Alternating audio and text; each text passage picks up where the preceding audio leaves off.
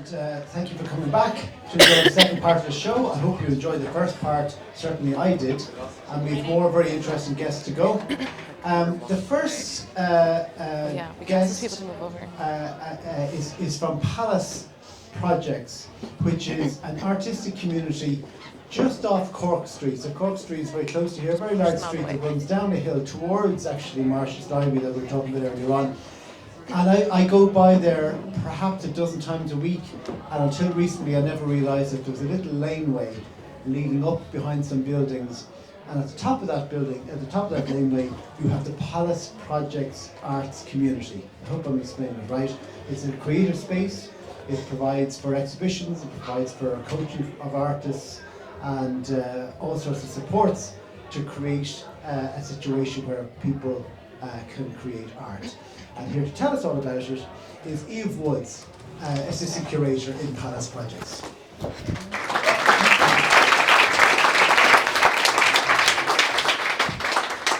Hi. Oh. Sorry.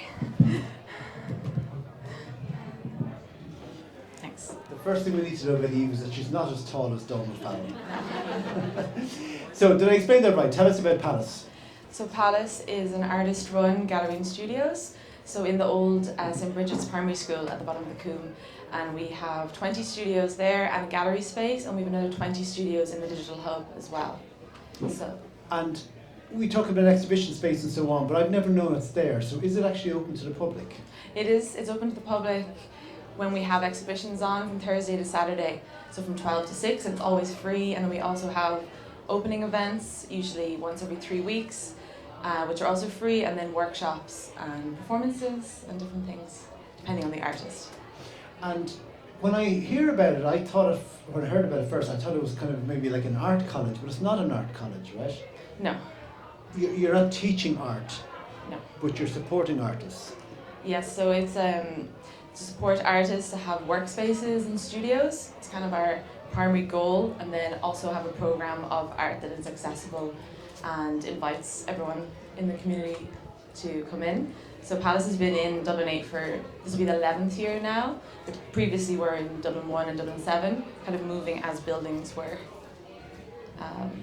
redeveloped generally, because artists always tend to go to the empty buildings that exist. So you're kind of one step ahead of gentrification, isn't it? Almost, yeah. So Clinging soon on. the building you're in is going to be taken over and made into a flower shop and a comic shop. Is that it? I think the plan is luxury apartments, actually, eventually. And who funds you? We're funded by the Arts Council, and we're recently officially a charity. So we also fundraise for ourselves as well. That's kind of part of the conditions of the Arts Council. And what will be happening? And by the way, when I say palace, it's not palace as in a nice big castle and 3 palaces burning. It's Pallas, isn't Yes. it? So what's going to be happening there over this weekend of Culture Date with Dublin 8? So we're going to open the gallery tomorrow and Sunday from 12 to 6 p.m. and it's free to drop in. So we have an exhibition by an artist, Venus Patel, who it actually closed a couple of weeks ago. We're going to reopen it just for the next 2 days as part of Culture Date with Dublin 8. And also on Sunday there's a workshop called Creatures of the Apocalypse. So you can make your own kind of monstrous identity and have a bit of fun. It's like a Sunday school format workshop. And there'll be music and crafts, kind of it's open to all ages, children and adults, but it's going to be kind of as if you are a child, again, making crafts about your own personal monster. What do you mean by own personal monster? The exhibition is part performance, part documentation of the performance by Venus, who you'll meet this evening. And so the exhibition kind of explores the beauty in the monstrous, and that strange things can be beautiful. So if anybody wants to explore that, and maybe anything that you might see as a negative part of yourself, you can see the beauty in that and not be afraid to enjoy it. And you do this through drawing pictures? There's 5 parts to the workshop. So there's going to be craft time and music and dancing and also painting pictures and a little bit of performative kind of actions. And all of this is taking place at Pallas Projects, which is, just remind everybody again where it is. It's where Cork Street meets the Coombe, would that be right? Yes. So at the bottom of Francis Street, there's the Liberty Kitchen on one corner, and then we're across the road, so in the old St. Bridget's Primary School. So if you know BIM Music College as well, they're at the front, and you walk up the lane, and at the back there's another hidden courtyard, so we're in there. Right. And you mentioned Venus Patel. Who is Venus? So Venus is a wonderful artist from LA, as you mentioned earlier, who came to Dublin specifically to study art and has won so many awards at this point. They won the RDS Student Art Award last year, the top prize, and then since then applied to our open call. They were one of 8 artists selected out of 230 applicants to have an exhibition in Pallas, which is all funded by the Arts Council, as I said, and they work through performance and absurdity and satire, and the exhibition is a kind of absurd apocalyptic idea around with a queer viewpoint of how the apocalypse could be. They're also winning more awards. They're going to Paris for a residency soon, and they're working on a project there that will be performative and will be at Fringe Fest in Dublin 2024.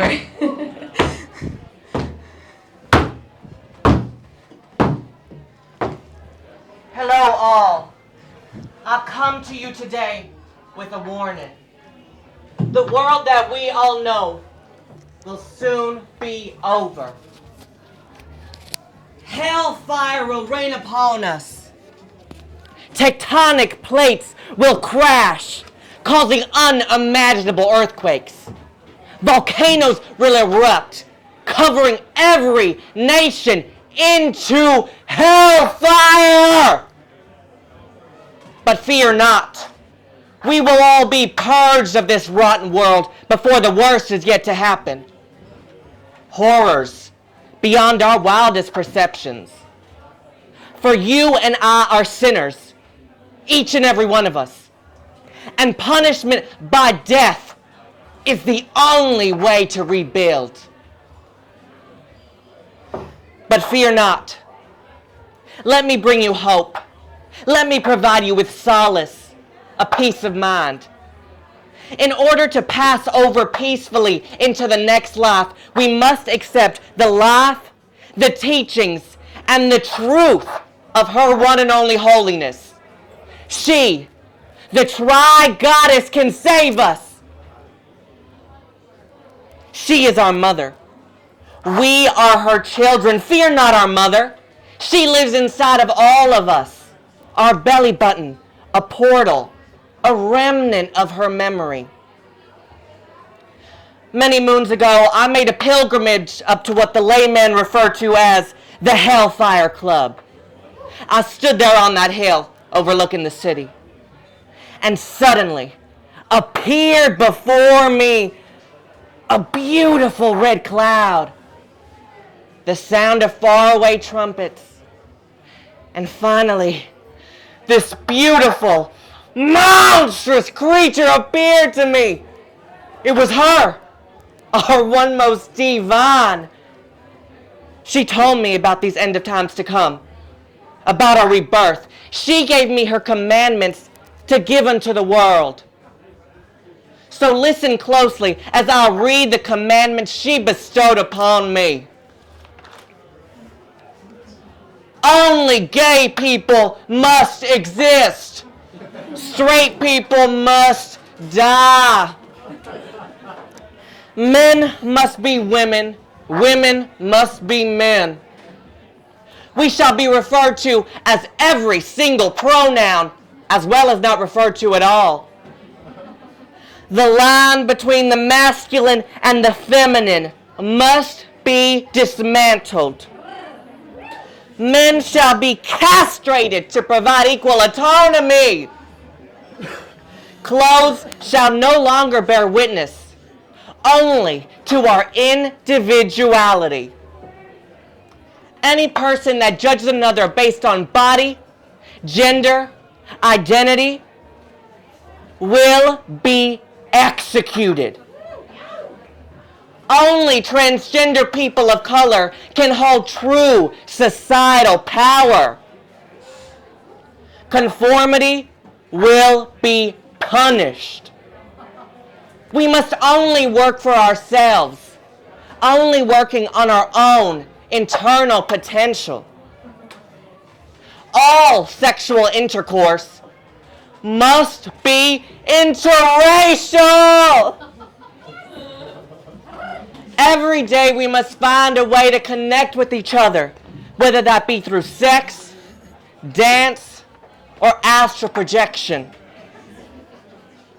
Heed these words as those most holy, and let the vibrations melt into your body. Praise her! Praise her! She is our mother. Prepare, for the end of times are finally upon us.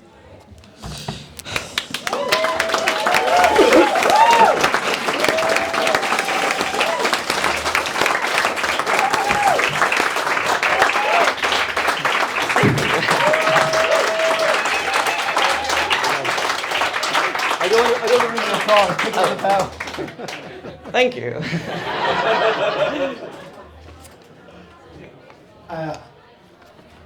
I like to show my artistic intelligence and sophistication, and so I've carefully composed the following question, which is, what the fuck was that?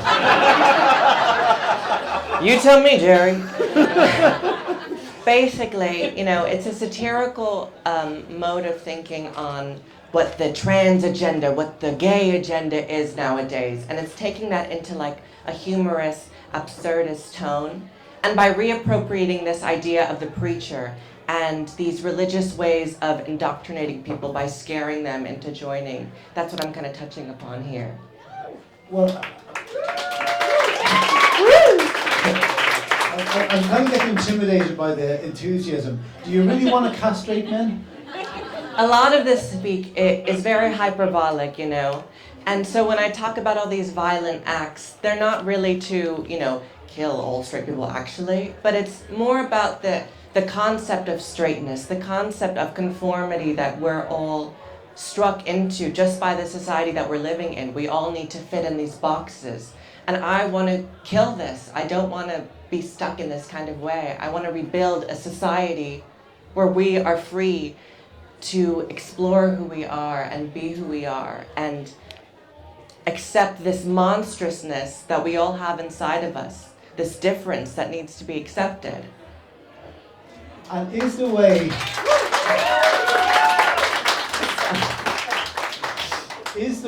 to that utopia, we'll say, is it by destroying what's there currently? Like, does the straight world have to be pushed aside and I think the world that we're living in right now is very dystopian. And I think that we do need a kind of breaking down of all our notions of, what it means to be right, what it means to be a man, a woman. We need to break those boundaries. So we do kind of need to kill this world that we're living in now. okay?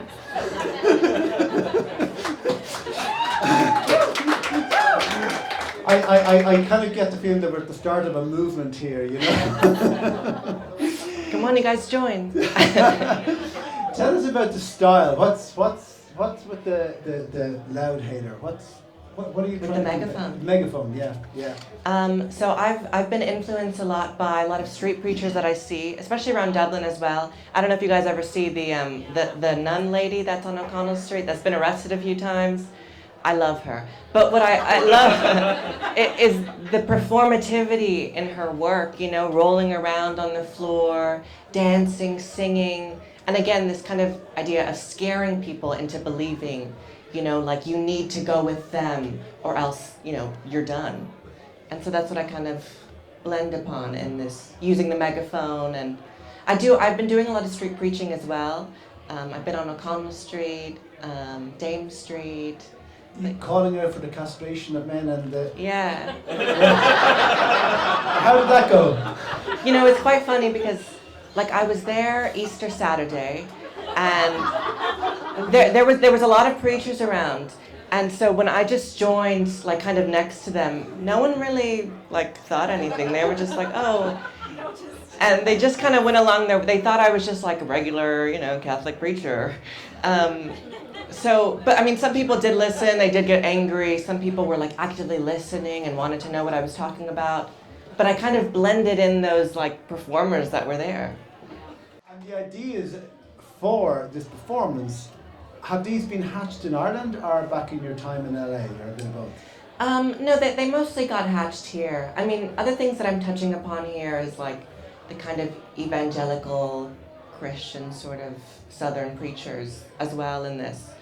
And I suppose a lot, I use my artwork as a way to talk about my own internal experiences. And what I think I deal a lot with is, the Catholic guilt that I grew up with and shamed about for my identity. And I feel like using this project as a way to speak about that and make light upon it, or, find a kind of absurdist realm within that helps me. And is the plan, I'm picturing someone come, where I'm getting at here is that we think of LA as being a place that Irish people will escape to, and they'll find their creative force there, obviously through drama, but California generally, Irish people have gone in that direction. It's not that common that somebody comes in the opposite direction, particularly in the arts world, as far as I can see. In other words, it sounds like you found your voice over here, which seems to us, perhaps, as a strange place to find your voice, when LA would be a place where people have found their voice more commonly in the past. Yeah, I feel like the kind of experience that I got with that is, I grew up in LA, I was born there, but it was like the family that I lived in was a very repressive family, and they kind of stopped me in my younger years from exploring who I really am. So when I moved here for college, I kind of had this freedom and independence that I didn't get over there. So I was able to explore myself and in that way find freedom in my own identity here. So that's why I feel like I kind of, hatched my roots here and got my kind of more artistic sensibilities here, because I was allowed to be as open as I want without that repressive force. And do you feel that? Do you feel that you're more open here than you would be back at home? See, Ireland is a very complex place. There's, of course, a lot of amazing people here, but I feel like I do deal with a lot of, daily hate, on a day-to-day basis. If I go out in public, people will shout stuff, assault, verbally abuse, a lot. So it's kind of not great a lot of places that you go, but that's what kind of this artwork is talking about as well, and a lot of my artwork does as well, being pushed into these kind of corners. By using my artwork to express myself to the fullest form, I'm able to open myself up and I hope also educate people on the different identities that live around us that aren't talked about that often. Do you really feel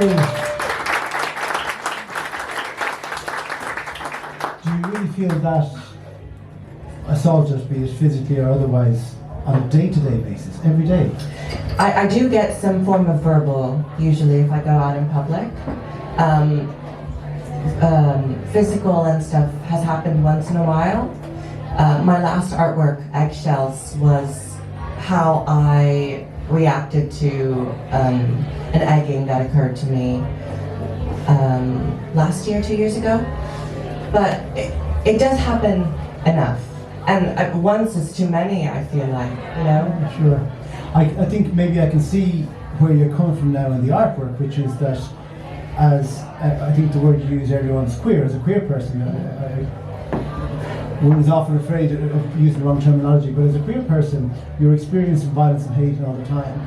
And now in your artwork, you're more or less letting straight people know how that might feel. Mm-hmm. Yeah, definitely. I feel like it's kind of this turning of the tables and, feeling what that feels like to be feared for who you are, It's, just turning the tables pretty much. Okay.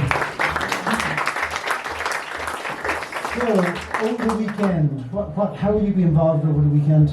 So my exhibition, Monsters of the Apocalypse, will be up, And there's photographs, there's a few sculpture costumes that I've made as well.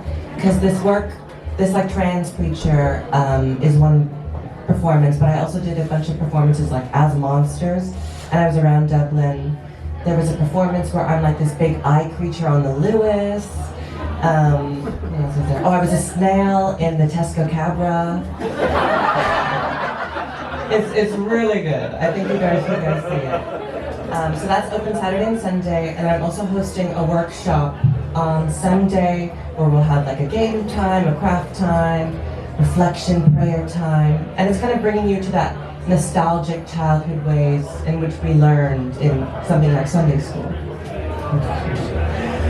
I think you really won this audience over. I thought Donald Farrell had brought the house down, but would you please put your hands together for Venus Patel, please?